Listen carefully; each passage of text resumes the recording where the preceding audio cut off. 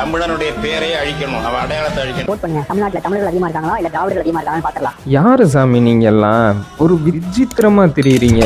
ஏன்னா அடுத்தவங்க அழிக்கிறதுனால நம்ம மொழி அழிய போறது இல்லை நண்பா.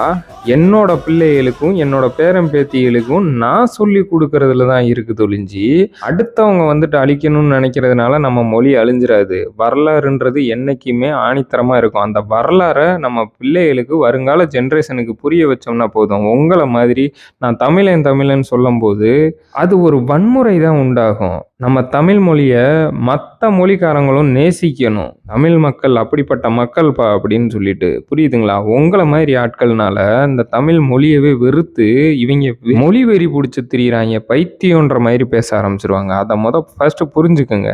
நம்ம அழிய போறது நம்மனால மட்டும்தான். நம்ம வருங்கால ஜென்ரேஷனுக்கு சொல்லி புரிய வச்சோம்னாலே போதும். நம்ம மொழி என்னைக்கும் நிலைநாட்டி இருக்கும் நம்ம நாட்டில். நம்ம நாட்டில் இல்லாமல் படிச்சு விட்டு வெளிநாட்டில் இருக்கவங்க கூட தமிழ்னு சொல்லிட்டு அவ்வளோ தூரம் வீடியோ போடுறாங்க.